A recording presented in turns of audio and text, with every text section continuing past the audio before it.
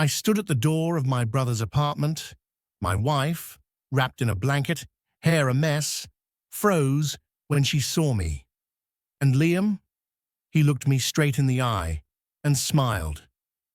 "Didn't expect you tonight, big bro," he said, lifting his beer like a toast. No panic, no guilt, just mockery, soaked in betrayal. I didn't yell. I didn't hit him. I just said, "You're going to regret this."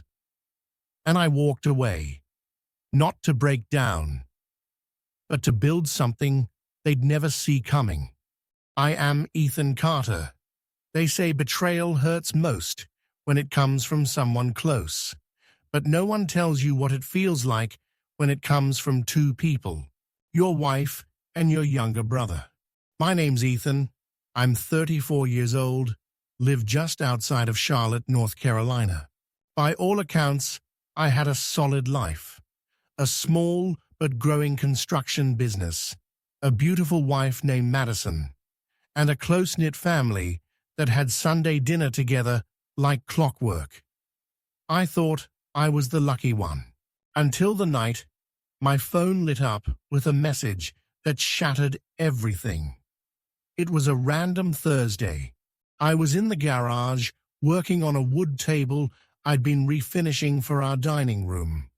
Something Madison said she'd wanted since our honeymoon in Colorado. I had a beer in one hand, sanding block in the other, music on low. Then my phone buzzed. A message from an unknown number. "You should really know what your wife and your brother do when you're not around." At first, I thought it was spam, or worse, someone trolling me. But attached was a photo, not blurry, not vague, crystal clear. Madison, my wife, and Liam, my own damn brother, kissing. I felt blank, not angry, not hurt, not at first, just empty, like something inside me detached. I sat down on the workbench and stared at the screen, like maybe if I looked long enough, it would morph into something else, something explainable. I zoomed in. Same green coat Madison wore that morning, same gold bracelet I bought her for our anniversary, and Liam's watch, a vintage Timex Dad gave him before he passed. It was them. I didn't confront anyone that night. I went inside, kissed Madison on the forehead, and told her I had an early job site meeting. She smiled and said, "You work too hard." I said nothing. Later, I sat in my truck across town, in a gas station parking lot, just staring out at the blinking neon sign for hours. I didn't want to cry. I didn't want to scream. I wanted to disappear. Because betrayal from a stranger, you can shrug it off. But betrayal from family, that cuts through your spine. I started replaying every memory I could think of. Liam helping me set up the backyard fire pit, while Madison brought out drinks. Thanksgiving, when they laughed too hard at some private joke I wasn't in on. That weekend last month, when Madison said she had a girls' spa trip, and Liam just happened to be out of town too. I dismissed it all. Because who thinks like that? Who looks at their own wife and brother and assumes they're sneaking behind your back? But the worst part, now I couldn't stop thinking it. The next day, I drove to my mum's house. Liam still lived there. Classic youngest child stuff. He was 28, charming, funny, always had that grin that got him out of anything. He wasn't home. I didn't say why I came. Just told Mum I missed her. She made coffee. Said Liam had been real social lately. Even Madison dropped by the week before. I clenched the mug so hard I thought it would crack. They'd been bold enough to use my mother's house as a rendezvous. That night, I didn't sleep. I lay next to Madison in silence, watching her breathe. She looked peaceful, safe. I wondered what she dreamed about, if it was Liam, if it was me, if there was even a difference anymore. By Sunday, I'd made my decision. I wasn't going to explode. I wasn't going to cry in front of them. No, I was going to watch and wait and learn exactly how far this betrayal went. I wasn't planning revenge. Not yet. I was planning the truth. And something inside me whispered, don't just end them, Ethan. Outsmart them. And make sure they never see it coming. After the photo, I thought I knew the worst of it. I was wrong. The image of my wife and my brother kissing had burned itself into the back of my eyelids. I couldn't eat, couldn't sleep, but I didn't act out. That's not who I am. I waited. Instead of confrontation, I went quiet. I began listening closer, watching longer. My silence became my weapon. And within days, I started seeing cracks I'd never noticed. The first came from my mother. It was subtle. We were having dinner, just the two of us, one of our weekly habits since Dad passed. Somewhere between the lasagna and dessert, she looked up and said, you know, I used to wonder if Madison and Liam had more in common than they admitted. I froze mid-bite. What makes you say that? I asked. She shrugged. Oh, just the way they talk, the little glances. I figured I was imagining it. You're the married one, not him. She laughed awkwardly and reached for more wine. I didn't laugh. I didn't even blink, because my mother, the woman who raised us, had seen it too, and said nothing. That was when it hit me. This wasn't a one-time betrayal. This wasn't even just an affair. This was a pattern, a slow erosion of trust happening right under my nose, enabled, ignored, and maybe even justified by people around me. The worst part, I started to suspect it had been going on for years. I dug deeper. I went through old texts, phone bills, Google photo backups, things I hadn't touched in years, and it was all there. A photo from our third wedding anniversary dinner. Madison smiling, with her hand on the table. Liam's reflection visible in the wine glass across from her. I wasn't at that dinner. She told me it was a girls' night, a hotel reservation under Liam's name. Same weekend, Madison had that conference in Atlanta. My brother, tagging obscure travel photos, art escape from reality, and she liking them within seconds. Breadcrumbs, a trail of tiny digital fingerprints they thought were invisible. But the real crack in the dam, Madison's journal. I wasn't trying to find it. I was just cleaning the guest room closet when I saw the familiar blue leather cover tucked behind some old books. I opened it. The first page was from nearly 4 years ago. I wish Ethan would just understand that Liam listens to me. I mean, really listens. Is it wrong that I feel more like myself around his brother than I do with my own husband? Page after page, whispers of doubt, rationalizations, eventually confessions, until one entry that broke something inside me. I know it's wrong, but when Liam holds me, I don't feel married. I feel chosen. Chosen. As if our vows were some unwanted obligation, and Liam was the secret reward she believed she deserved. I sat on the edge of the bed for what felt like hours, journal in hand, staring into the wall. Not just because she'd written those things, but because she wrote them so casually, as if she expected to keep betraying me forever and never pay the price. I should have been angry. I should have been broken. But I wasn't. I was something colder, focused, because now I knew what I was dealing with. This wasn't just a failing marriage. It was a family infection, one that had been spreading quietly through loyalty, silence, and selfishness. And if I wanted to cut it out, I'd need to go deeper. So I called the one person I hadn't spoken to in years. Isabel, Madison's younger sister. I hadn't seen Isabel since our wedding. She moved to Denver shortly after, said she didn't want to be close to the family anymore. At the time, I thought it was just distance or drama. Now I wondered if she had known something all along. She picked up on the second ring. "Ethan," her voice was surprised, but cautious. "I need to ask you something," I said, "and I need the truth. Is it about Madison and Liam?" Silence.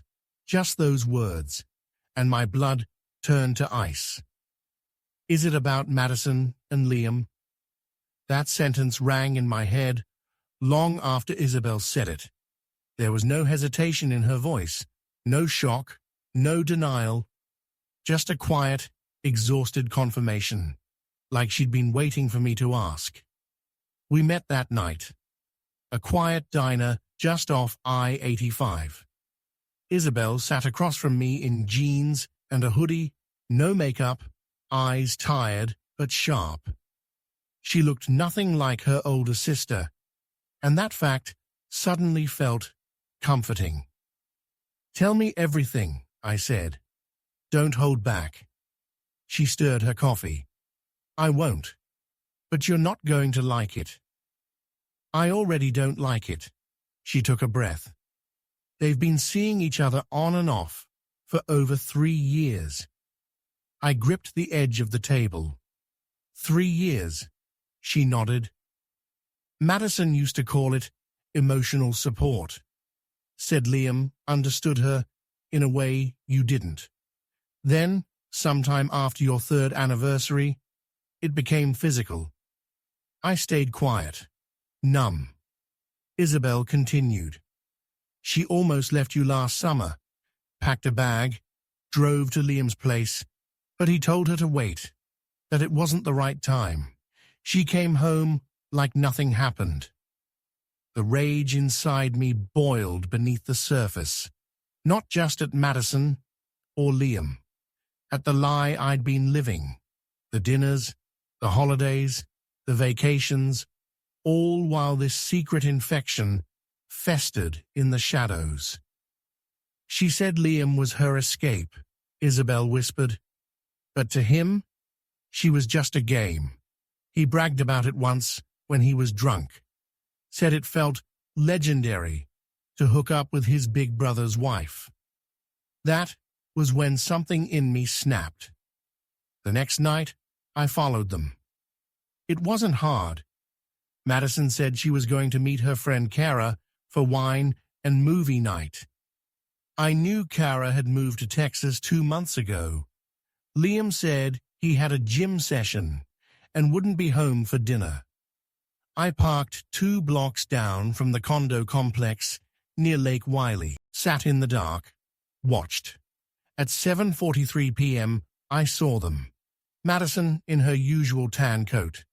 Liam in a hoodie and jeans, the same casual swagger he always wore like a cologne. They laughed, held hands, he kissed her forehead, and then they went upstairs. I didn't move. I didn't storm in or pound the door. I waited. And 28 minutes later, I took a picture of Liam's truck in the driveway. Another of Madison's phone ID, logging into the building Wi-Fi. I had timestamps, faces, context, and then I walked up to the front door. I rang the bell once. No answer. Then twice. Still no answer. Then I knocked. 3 firm times. The door opened slowly. Liam stood there, shirtless, holding a beer. He didn't flinch, didn't panic, didn't even try to lie. Instead, he smirked. "Didn't expect you tonight, big bro." "Big bro?" He said it like a joke. Madison appeared behind him, wrapped in a blanket, mascara smudged. Her eyes widened when she saw me.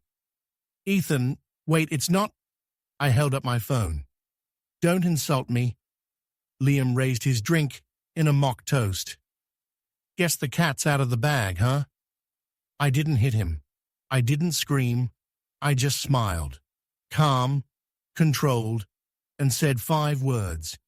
You're going to regret this. Then I turned and walked away. They didn't chase me. They didn't call. Because in their minds, they'd already won. They thought the worst thing I could do was cry, yell, or beg. What they didn't understand, I don't break. I calculate. When I got back in my truck, I texted Isabel 1 word. Confirmed. And she replied, then let's begin. Because betrayal is fuel. And I wasn't just going to survive this. I was going to rewrite it. There's a kind of grief that hits you when you realize your enemies wear the same last name. After I caught Madison and Liam together, I didn't speak to anyone for 2 days. I needed time to think, to breathe, to put the rage somewhere it couldn't control me. Then I did what I thought was the right thing. I went to my parents. It was Sunday. Dinner night. Madison wouldn't be there. She had sent me a long, groveling text saying she was confused, ashamed, and needed space to process. Liam, however, was definitely going to show up. That's what Liam did. He showed up, like nothing ever happened. I got there early. Mum was already setting the table. Dad was in the den, watching the game. It felt normal, too normal, and that alone made my skin crawl. Ethan, sweetie, my mom said, kissing my cheek. You look tired. I sat at the kitchen island. We need to talk. She looked up from the salad bowl, her hands pausing mid-toss. About? I stared straight at her. About Madison and Liam. She blinked. What about them? They're having an affair. She froze completely, not like someone hearing unthinkable news, more like someone finally being confronted. She didn't gasp. She didn't deny. She looked away and said, I was afraid you'd find out like this. That sentence hit harder than any betrayal yet. I'm sorry? I asked. She sat down across from me, slowly. Ethan, there's more to this than you understand. No, there's not, I snapped. She's my wife, he's my brother, and they're screwing each other behind my back. My father walked in then, hands in his pockets. We told Liam it was wrong. I looked between them. You knew? Mum reached out for my hand. I pulled away. We found out months ago, she said. Liam was drunk and confessed during a family BBQ. He said it was a mistake. A mistake? For how long? 3 years is not a mistake. It's a lifestyle. My dad stepped forward. We figured it would burn out. Your marriage had its issues. I laughed. A bitter, hollow sound. So now I get blamed too. No one's blaming you, my mom said quickly, but I could see it, in the way she fidgeted, in the way my dad wouldn't meet my eyes. They weren't just aware, they were passively complicit, because Liam was the golden child. And I was just the one who always had it together, the dependable one, the one expected to be the bigger person. I stood up, pushing my chair back hard. You didn't think I deserved to know? I asked, voice tight. You'd have done something rash, my dad muttered. We didn't want a family war. Too late, I said, because the war was already here, and I was standing in enemy territory. Liam arrived 15 minutes later, grinning, confident, wearing a polo like it was any other Sunday. When he saw me, he stopped in the doorway. He said. Look, I cut him off. Don't say a word. He raised his hands like it was a joke. Okay, sure. I turned to my parents. I won't be back. Ethan, please, my mother said. Don't let this destroy the family. I looked her dead in the eyes. You already did that, when you chose silence. I walked out that night and didn't look back. Not at the house I grew up in. Not at the family I thought stood for something. Because blood is not loyalty. Blood is just genetics. And family is who stands with you when it costs something. I drove to Isabel's apartment. She opened the door and didn't ask questions, just stepped aside. We sat on her couch in silence for a long time. Finally, she said, I told you. Yeah, I said, and you're the only one who did.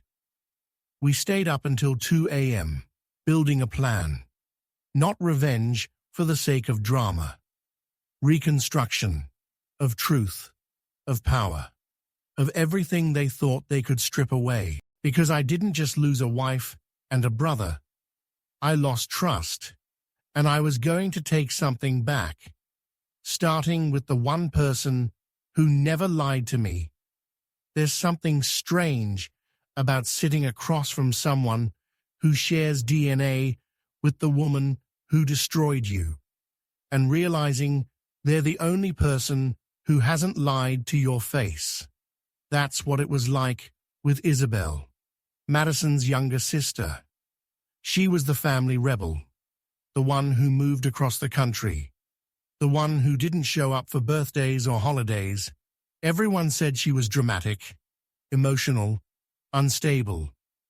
But now, I was starting to think she was just honest, something the rest of them had traded in for comfort.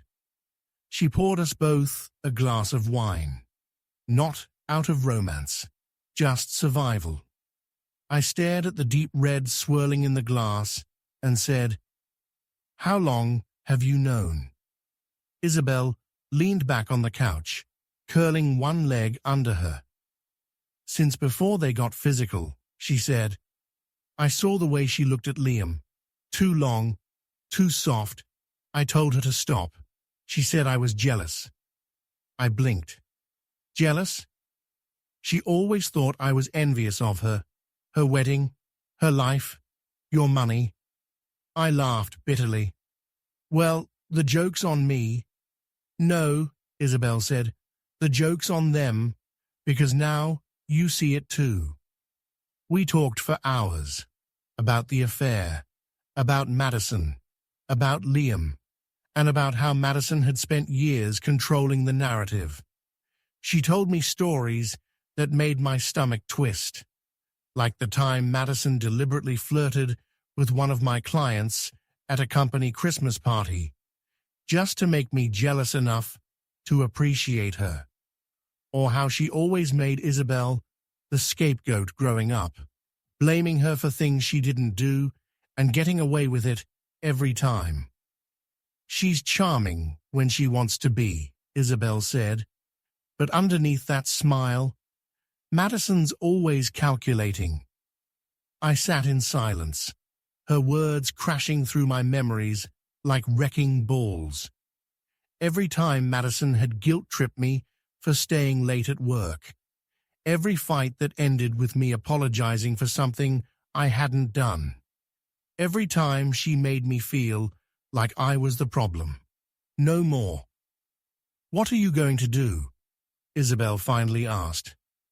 I looked at her, eyes clear for the first time in weeks. Start building something better, I said. Without them. She nodded slowly. What if I helped you? Why would you? Because I'm tired of pretending like I didn't grow up next to a storm. And maybe I believe you deserve someone real for once. That last part hung in the air. And it wasn't flirtation. It was truth. Raw, sharp, and completely unexpected. Over the next few weeks, things changed fast. Madison texted me nearly every day. Long paragraphs, apologies, excuses, emotional blackmail disguised as closure. I didn't respond to a single one. Liam posted smiling selfies, pretending nothing happened. Family first. Captions. I blocked him. And meanwhile, Isabel and I started seeing each other. Not like a couple, at first. We grabbed coffee, went hiking, talked. She listened. She didn't judge. She didn't push. She let me process on my terms. It felt like breathing again. One night, we sat on the tailgate of my truck, parked on a ridge overlooking the city skyline. The stars were out. The air was crisp. Isabel had a blanket around her shoulders and a flask of something spicy tucked in her hands. She turned to me and said, "Do you hate her?" I paused. "I did," I said. "But hate feels like something you give power to. Now, I just feel done." "Do you trust me?" she asked. I looked at her. Longer this time. "Yeah," I said, "and that scares me." She smiled softly. "Good, because I've got a crazy idea." I raised an eyebrow. "Oh boy." She leaned in, eyes glinting. "Let's make them watch us win." It was reckless. It was bold. But it felt right. Not because I wanted to rub their faces in it, but because for the first time in years, I wasn't surviving alone. And maybe, just maybe, I was ready to rewrite the rules. People say revenge is best served cold. But what they don't tell you is that healing yourself first makes the meal so much more satisfying. And that's exactly what Isabel and I did. We didn't rush anything. We didn't start by plotting or planning. We started by rebuilding ourselves, each other. Trust. For two people who came from families built on guilt and manipulation, even something as small as honesty felt like rebellion. We started working out together, cooking simple meals, sharing stories we'd never told anyone else. I learned that Isabel had once wanted to go to med school but was talked out of it by Madison, who told her she wasn't focused enough. I learned that her laughter wasn't just nervous, it was her armor. She learned that I had once designed our entire back porch myself and never told anyone because Madison said it wasn't impressive. And slowly, the air between us stopped being filled with ghosts. It started feeling like a future, but we didn't forget what brought us here. I wasn't just moving on, I was making a point, and so was she. We didn't go public, not yet. We weren't ready for the drama. But Isabel had a plan, and it was, honestly, brilliant. "Let them think you're falling apart," she said. "Let them believe they've won." She posted one photo from a hike. Me turned away, silhouette only. I made my Instagram private and deleted all the wedding photos. When Madison texted me after that, asking, "Are you okay?" I ignored her again. Liam posted a story of him on a beach alone. Captioned, "Sometimes love is complicated." I nearly threw my phone. Then came the invite. Madison's sister, Isabel, was planning a fundraiser event in Charlotte. Something classy, elegant, business casual. We were going together, as a couple, in public. It would be the first time any of them saw us standing side by side. And I wasn't doing it to make a scene. I was doing it because it was true. The night of the fundraiser, I wore a dark navy suit, crisp white shirt, no tie. Isabel wore an emerald green dress that stopped conversation the second she stepped into the room. We walked in holding hands, heads turned, and near the bar, Madison, frozen, wearing red, alone, next to her, Liam, leaning on the counter, whiskey in hand, fake smile already cracking. Madison took 2 steps forward. "Ethan," she said, voice tight. I smiled. "Hi." She looked between us. "Are you two?" Isabel cut in. "Yes." Short, sharp. No room for interpretation. Liam laughed under his breath. "Guess some people move on fast." I turned to him. "Faster than 3 years of sneaking around behind your brother's back, huh?" His smile dropped. Madison blinked like she'd been slapped. Isabel reached for a glass of champagne and toasted, calmly, to healing. That night, we didn't cause a scene. We didn't fight. We just existed, loudly, clearly, honestly. And the silence that followed us wherever we went, that was louder than any revenge could have been. We got home late. I walked Isabel to her door. She turned to me and said, "Still think this is crazy?" I grinned. "It's the best kind of crazy." She kissed me on the cheek. "Then let's keep going." And that's when I knew we weren't just building something real. We were becoming something they never saw coming. Falling in love with Isabel wasn't the plan. She was Madison's sister. That alone should have made her off limits. But some people find healing in therapy. Some find it in silence. I found it in someone who saw me, fully, and never once looked away. It didn't happen fast. It happened right. And the day I realized I didn't want a future that didn't include her was the same day I bought the ring. I didn't do it for show. I didn't do it to hurt Madison or my brother. I did it because Isabel had been the only one honest enough to help me climb out of the wreckage. Not patch it up, not bury it, climb out. Still, I knew proposing would be messy. So I didn't make a grand announcement. I did it in her kitchen. Casual, late night, music playing low, both of us in hoodies. She was cooking pasta. I had the ring in a mug. When she poured the wine and saw it glinting at the bottom, her mouth opened, then shut. "Ethan, what is this?" "I think you know." She stared at me like I'd knocked the wind out of her. "Are you serious?" "I've never been more." And she said yes. No theatrics, no drama. Just one breathless laugh, and the words I never expected to hear again. Yes, 1,000 times yes. We kept it quiet at first, but secrets have a way of crawling back to the people who thrive on them. Especially when your ex-wife still stalks your life from a distance. It started with a phone call. Isabel's phone buzzed with Madison's name flashing across the screen. She didn't pick up. The second time, Madison left a voicemail. "Please tell me this is a joke. You're not actually marrying him. He's my husband." No. Was. We didn't respond, so she called my parents, and then the threats began. That weekend, my mum invited me to talk. I knew what was coming.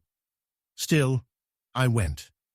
She sat across from me on the patio with tea she didn't touch. "Son," she began, "this marriage, it's too soon. It's messy. It's not right." "Not right," I repeated. "You mean like cheating on your spouse with their brother?" She flinched, but she didn't stop. "You're causing a rift. People are talking. Liam's devastated." I almost laughed. devastated. He'd never once called, never once apologized.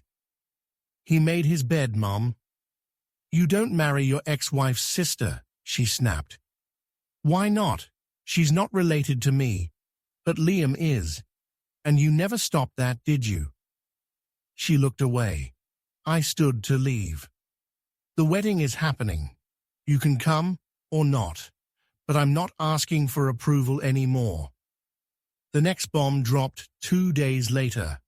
A lawyer called. Apparently, Madison had requested a formal review of our shared assets, claiming Isabel's involvement was a conflict of interest. I nearly choked. She committed adultery, I told the attorney. She has no standing. But it wasn't about winning the case. It was about ruining the moment, dragging it through mud, forcing our love into courtrooms. I was furious. But Isabel, she was calm. She's scared, she said. She sees us moving forward, and she's still stuck in her lies. So what do? She smiled. We give her the opposite of what she wants, which is joy, peace, us. That's when we made the decision. We'd invite them, all of them. Liam, Madison, my parents. We'd invite every single person who tried to twist our story, and we'd let them watch us write a new one. There's something liberating about walking into your wedding, not for approval, not for validation, but to finally say the truth out loud, with no shame, no fear, no filter. Our wedding was held at a vineyard just outside Asheville. Small, elegant, classy. Close friends, a few distant family members, and every seat filled intentionally, including 4 that made everyone else uncomfortable. Madison, in a beige silk dress, sunglasses on. Liam, too confident in a blazer he probably borrowed from our dad. My mother, visibly tense. My father, already 2 bourbons in before the ceremony began. We invited them not to burn bridges, but to remind them they'd already done that. The ceremony was beautiful. Isabel walked down the aisle in a fitted ivory gown that made half the guests gasp, not because it was flashy, but because it was pure, effortless power. She wasn't the other woman.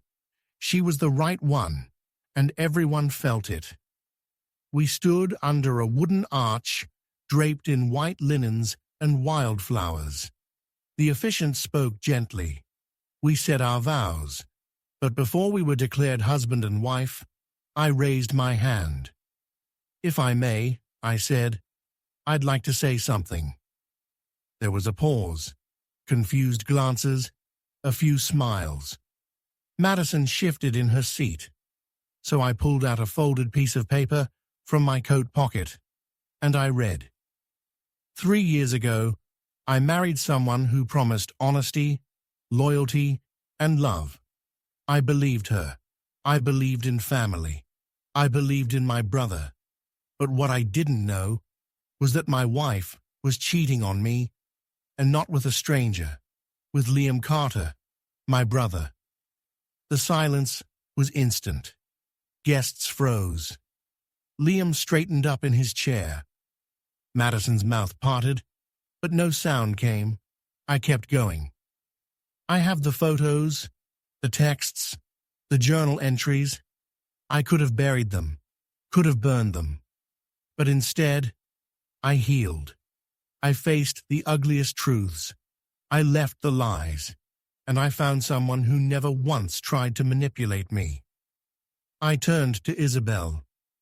Someone who didn't just show up when things were easy, but stayed when everything else collapsed. I folded the paper and looked directly at Liam. To my brother, you taught me that blood means nothing without respect. Then at Madison. To my ex-wife, you taught me how not to love. And finally, to the crowd. And to everyone here today, this isn't a scandal. It's not revenge. It's closure. Because we're not here to hide from the truth. We're here to build something real on top of it. The officiant cleared his throat, stunned but composed. Well, with that, by the power vested in me, and just like that, we were married. After the ceremony, Madison left without saying a word. Liam tried to approach me during the reception. Man, that was low. I turned away mid-sentence, because some people don't get to rewrite the narrative they shattered. Isabel held my hand tight the rest of the night. We danced like we weren't surrounded by ghosts. We laughed like every scar we carried had turned to armor. And we toasted not to payback, but to peace. Because that night wasn't about burning bridges. It was about walking across them while they were still on fire. You don't always have to swing the sword for karma to land the blow. Sometimes all you have to do is step back and let the truth work on its own. That's exactly what I did. After the wedding, Isabel and I returned from a short honeymoon in the Smoky Mountains, where we spent more time unplugged than online. No news, no texts, no gossip. But the moment we reconnected, the world had already started turning. First came Liam. Apparently, someone recorded part of my wedding speech and posted it to TikTok. The caption read, "Man calls out cheating ex-wife and brother during his wedding ceremony. Ends up marrying her sister." It blew up overnight. And someone, probably one of our mutual friends, tagged Liam's workplace. He was working at a regional marketing firm. A clean-cut job, all about family values and PR image. They called a meeting. He was placed on extended leave while they conducted an internal review of his conduct, citing morality clauses in their executive contracts. Translation: he was toast. I didn't say a word, didn't share it, didn't repost the video. I just watched. Watched the man who thought cheating with his brother's wife was a game finally lose the scoreboard. Then came Madison. She'd been riding high for years, styling herself as a luxury wellness coach. Instagram photos, yoga retreats, authentic healing energy type content. But the wedding video hit her too. Turns out, authentic doesn't sell well when your dirty laundry gets aired during a real wedding by the man you betrayed. Her comment sections turned. Her sponsors dropped. A few former clients even reposted private DMs Madison had sent them, mocking their weight or venting about payments. The house of cards collapsed. And me? I didn't clap. I didn't gloat. Because this wasn't revenge. This was accountability. One day, about 2 weeks later, I got a message. From Madison. No apology. Just, "I hope you're proud of yourself." I read it, paused, then replied, "I am, for finally choosing the person who didn't lie to me." I blocked her right after. Not because I was angry, but because I was done. Isabel saw the whole thing. She didn't say much, just smiled, slid her hand into mine, and whispered, "This is what healing looks like." We sat on the porch that night, drinking sweet tea, watching the sunset over a quiet backyard we didn't have to share with ghosts. We weren't rich, we weren't famous, but we were free. There's a point in healing when the pain doesn't disappear, but it stops speaking louder than everything else. That's where I am now. Not bitter, not broken, just better. It's been 8 months since the wedding. The dust settled, the gossip faded, the trending hashtags disappeared, and what's left? A life, a new one, quiet, imperfect, honest. Liam moved out of state. I heard through a distant cousin that he's freelancing now, trying to rebrand. No one buys it. Our parents haven't reached out much since the wedding. My mum sent a half-hearted Christmas card. My dad texted me congrats the day after he saw a photo of Isabel and me expecting our first child. I didn't respond, because rebuilding doesn't always mean reopening. Some doors stay shut for a reason. Madison, I don't know where she is now, and for the first time in years, I don't care. The version of me that would have stalked her profile, tried to win her back, tried to understand what I did wrong.